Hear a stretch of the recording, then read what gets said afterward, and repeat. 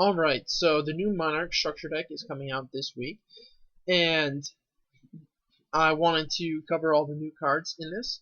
Before I get into that, I want to address the fact that I did not post a video covering the new cards in Bosch. I started working on it, but it ended up just taking too long. I didn't have the time to do it because there were just so many cards in that set that I wanted to cover, and I ran out of time. So I apologize to the viewers of my videos for not having that up, but I wanted to make sure I got this one up.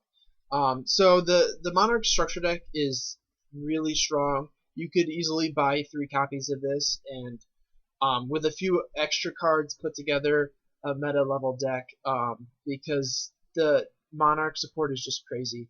I think they went overkill personally, and it doesn't really feel like Monarchs anymore to me. So the first thing I wanted to cover was the spell and trap cards. There are 3 extremely powerful spell and trap cards that they're getting in this set as new cards. So the first one, Pantheism of the Monarchs. This is kind of like a Destiny draw, except it's actually just way better than Destiny draw is. So you send 1 Monarch spell or trap card from your hand to the graveyard as cost to draw 2 cards. That's the on-field effect. So you're going to be running like 15-ish Monarch spell and trap cards for this deck, so you're basically always going to have 1 to pitch for this to draw 2 cards. So you speed through your deck, and then on top of that, when this is in the graveyard, you can banish it, reveal 3 Monarch spell and trap cards from your deck. Your opponent chooses one of them, and it puts in your hand. You shuffle the other 2 into your deck, and you can only use that effect once per turn. So basically what you do with that, though, is you just choose 3 of the same card, and then your opponent has to give you that. And if you don't have 3 copies in your deck anymore, you'll choose like 2 tenacities in the card you want, and then they have to give you either the tenacity to search for it or the card you want. So you get to, when you play, every time you play this card, you basically get to draw 2 cards and search your deck for whatever card you want. So it's really crazy. And then there's Domain of the True Monarchs, also really good. This one's a field spell. So you have to have no cards in your extra deck, and you have to control a tribute summon monster for this card to apply its effect. This means that you can't have an extra deck, and you're basically giving away that you're playing Monarchs, so that is a downside. But the effect is that your opponent cannot special summon monsters from the extra deck, which is huge, and that shuts down a large number of decks. Like, the only meta-relevant deck besides Monarchs that it doesn't affect is Cosmo. And I guess Infernoid also. So Infernoid does use the extra deck, but they don't have to make the plays. But the other decks pretty much all have to use the extra deck to make plays, so this can really shut them down. And then if a tribute summon monster you control attacks the opponent's monster gains 800 attack and damage calculation only. So that means if it's the 2400, then you're going to get up to 32, and if you're attacking with a 2800, you get up to 36. So 36 gets over essentially everything. And then once per turn, you can reduce the level of 1 monster with 2800 attack and 1000 defense in your hand by 2 until the end of this turn, even if they're summoned or set, and even if this card leaves the field. So what that essentially means is you can tribute summon level 8 monsters with just 1 tribute, which solves a lot of the problems with playing level 8 tribute monsters, because they kept making Mega Monarchs and nobody was really playing them because they needed 2 tributes, and that was just super awkward. And then the last one is, this is your main tribute fodder for the deck, the Prime Monarch. This card is also insane. So once per turn, you target 2 Monarch spell or trap cards in your graveyard, shuffle them to the deck, and then draw 1 card. So that's the on-field effect. This is helpful for sure. You do go through a lot of the spell and trap cards in your deck pretty quickly with how this deck plays. So this can help make sure that you have them available once you run out of them. But more importantly than that, this one has a graveyard effect, just like Pantheism does. So if this card is in your graveyard, you can banish 1 other Monarch spell or trap card from your graveyard, special summon this card in defense position as a normal monster, and it is 2400 defense. And you can only use this effect once per turn. So that means a lot of times you'll only be able to summon 1, even if you have 2 in your grave. But this is a quick effect because of the traps. That means you can summon it during your opponent's turn. Say they're attacking you and you need to protect your life points. You could summon this during your opponent's turn in defense mode to protect yourself. you can also, during their end phase, summon this, and then during your turn, summon a second one. Then you have 2 tributes. There's a lot of things you can do with this, and it's basically a free tribute that you can get easily every turn. So this is a really good card for the deck. The next thing I want to look at are the other main tribute fodders, the Squires. So the first one is Edea, the Heavenly Squire. So this one is a level 1 warrior, which is important because it means you can search it with Rhoda, and you can also special summon it from your deck with 1 for 1. So if this card is normal or special summoned, you can special summon 1 monster with 800 attack and 1000 defense from your deck in defense position itself. You cannot special summon from the extra deck. You can do that for the rest of the turn. So what you do is you summon this, and I'll get to Eidos next. So when you normal summon this, you special summon the other guy out. So you have 2 monsters on field right away. And then if this card is sent to the graveyard, you can target one of your banished Monarch spell trap cards and add it to your hand. And you are going to be banishing them for this, and also for this. So it's pretty easy to, with this guy, be able to just banish the ones you want and then put them back in your hand. And you can only use each effect of this card once per turn. Well, the main thing it does is it special summons Eidos, so you have 2 monsters easily on board, and then also when it goes to the graveyard, you refill your hand. So Eidos, the Underworld Squire, is probably more important, but they're pretty equal with each other. So if this card is normal or special summon during your main phase this turn, you can tribute summon 1 monster in addition to your normal summoner set. So that means after you normal summon this and special summon this, you have 2 monsters that you can tribute for your extra normal summon and just tribute them off and get to your Mega Monarchs. And then in addition, you can banish this card from your graveyard, target 1 monster with 800 attack and 1000 defense in your graveyard except itself. Special summon in defense position. You cannot special summon from the extra deck for the rest of the turn, and you can only suspect once per turn. So what that means is that on your following turn, you can just banish this from your graveyard, and then special summon this from your graveyard, and then this can summon a different one of these from your deck, and then you can distribute them again. So lots more free fodder, basically. These 3 are all extremely good free fodder for the deck, so you have lots of ways to tribute. And then the next thing I want to look at is the 2 main monsters you will be tributing for. These guys basically replace all of the old Monarchs because they're just better than them. I consider these guys to be Mega Monarchs because they're the same stats, but they're not technically called that. First one is Ehther, the Heavenly Monarch. So this one's light, and it's got the level 8, 2800, 1000 stats for the Mega Monarchs. And you can tribute summon this card by tributing 1 tribute summon monster like normal. You don't really need to do that with this deck though. You can easily tribute summon it by tributing 1 monster because of this card, and it doesn't have to be a good monster that you already tribute summoned. So that's not really an issue. And then if this card is tribute summoned, you can send 2 Monarch spell trap cards with different names from your hand or your deck to the graveyard. If you do special summon 1 monster with 2400 or more attack and exactly 1000 defense from your deck, return it to the hand during the end phase.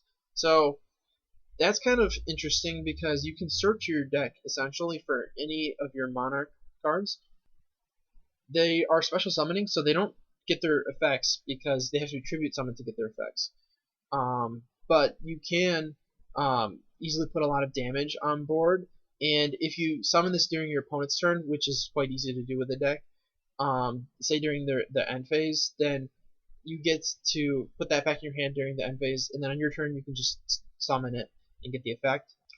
I should also point out that if you special summon Kuraz during your opponent's turn using this guy's effect, you do get the effect of Kuraz even when it's special summoned, and that can be really good for disrupting your opponent.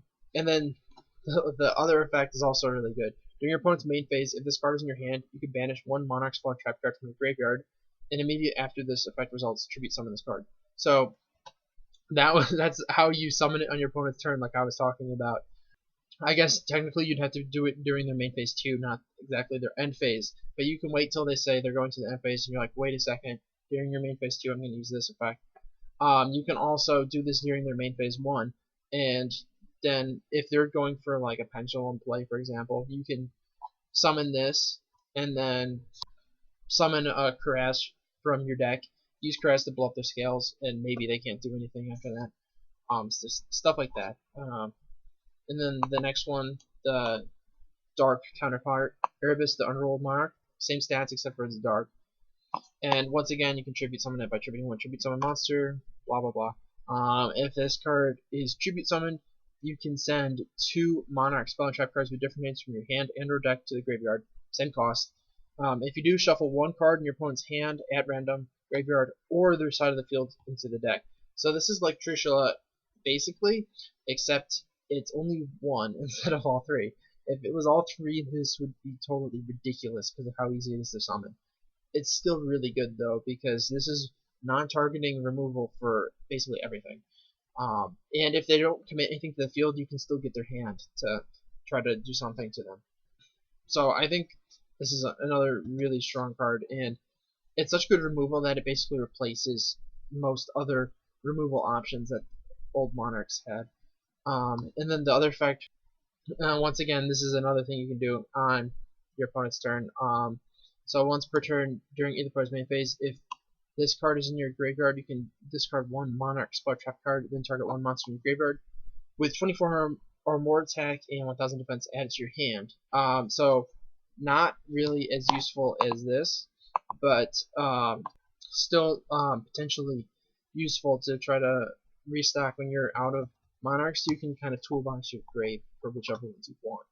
Now, as far as reprints go, this set is honestly really bad. Yeah, like they didn't reprint any of the Mega Monarchs in here. They didn't reprint Kuraz in here. They printed 1 of each of the 6 original Monarchs, but none of those see play in the new Monarch deck. And they didn't put a Majesty's Fiend or Vanity's Fiend in here. So it's like they didn't reprint any of the things that actually see play, which is kind of lame. And it makes stuff like Mega Kais harder to get than it would have been. They probably should have reprinted those in here, I think. But there are 2 reprints that I think are worth pointing out. So Soul Charge is getting its first reprint in here. You get common Soul Charges. It's not like this is expensive though. And Soul Charge is honestly seeing probably the least amount of play that it has ever seen at the moment. Obviously, I mean since it's been released. But it's not very popular, mostly because pendulums don't go to the grave. And then Mathematician is also seeing a reprint, but this has been limited, and it's also dropped off in play. And that's basically it for reprints. And then the last new cards in the set are the Vassals. The Vassals do not see play, really, because they made Squires that happen to be way better than the Vassals. So the Vassals are not going to see play in the TCG because they came out too late to see play, which kind of sucks because I like the Vassals. I am going to cover them briefly because I think they're interesting, but if you're only interested in the meta relevancy of the deck, you can skip the rest of this because these cards do not see any play. The first one is Lucius the Shadow Vassal, so mini Caius. You can banish 1 level 5 or higher monster from your graveyard, special summon this card from your hand. Also, you cannot special summon monsters from the extra deck for the rest of the turn. This card is tributed for tribute summon. You can look at all set cards your opponent controls. Your opponent cannot activate cards or effects in response to this card's activation, and you can only use each effect once per turn. So this is kind of cool. This is one of the ones I like better. The art is amazing, actually, on this card. Way better than these ones. I think all these new ones are kind of ugly. So basically, how you use this is you'll have your Monarch effect as Chainlink 1, and then this effect is Chainlink 2. So you have Caius to banish something.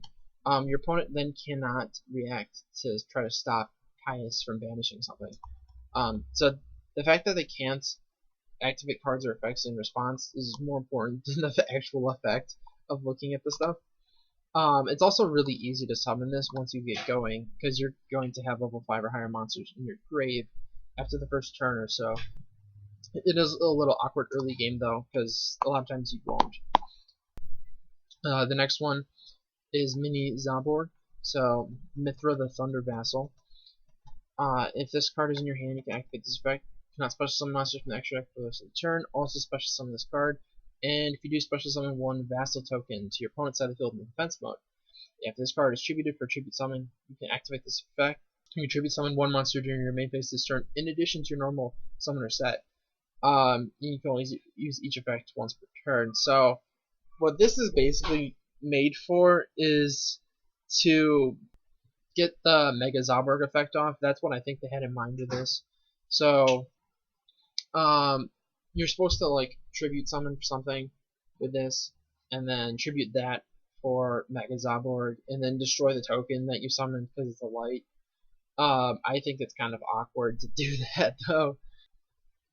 This card is good for being easy to summon, but I don't think it's really very cost effective because you're just straight up giving up this card without really gaining anything from it in order to tribute summon. So I think there are other vassals that are better, basically. The next one's Landrobe, the Rock Vassal. This one's Mini Grand Marg. So if this card is in your hand, you can target one face-up monster your opponent controls. Cannot special summon monsters from the extra deck for the rest of the turn. Also special summon this card. And if you do, change that monster to face on defense position. If this card is tributed for a tribute summon, you can target one monster with 800 attack and 1000 defense in your graveyard, except itself, add it to your hand. Each effect is only once per turn. So I think this is by far one of the best vassals. This is actually pretty cool. So it's like a Book of Moon when you summon it, which is useful. And then it replaces itself with a different vassal when you tribute it. So it's good for card economy also. The downside is this isn't really an early game card, which is basically the same issue that Lucius had. So your opponent needs to have a monster on the field already for you to use this. And also you already have to have a different vassal in your grave for this to be effective. So it's good late game, but early game it's not really worth it. And then the next one, Berlineth, the Firestorm Vassal, Mini Thestalos. So this guy, you can discard this card, special summon this card from your hand. Cannot special summon from the extra deck for the rest of the turn. If this card is tributed for a tribute summon, you can look at your opponent's hand and banish one card until the end phase. You can only use each effect once per turn. I think this one's really bad. This is probably the worst one out of the 5. So you have to like pitch a card to even summon this, so you're like -2 for no reason, and then you get to banish one card from your opponent's hand, but only until the end of the turn, and you're summoning this on your turn, so it's not even getting rid of it on their turn. It's getting rid of a card in their hand for your turn. It's just like, why? It just seems really bad. I really don't get this, because the other ones are all at least decent, and this is just terrible. So it seems weird. And then the last one is one of the best ones along with the Earth one. So we have Garum, the Storm Vassal. So you can return one tribute summon monster you control to the hand, special summon this card from your hand. Also, you cannot special summon from the extra deck the rest of the turn. This card is tributed for a tribute summon. You can add one monster with 800 attack and 1000 defense from your deck to your hand, except itself. Only such effect once per turn. So once again, same problem as the other good ones. It's slow. You have to already have a tribute summon monster on the field to even use this. On the bright side though, this is the Searcher. This one searches your deck for the other vassals. I should point out that the vassals have the same stats as the Squires, so they do have synergy with the Squires. Most people only play Squires though, because the Squires are generally better. They don't have the awkward needing to be used late game that all the vassals have. So that's it for the vassals. I think this one, and this one are the 3 best ones.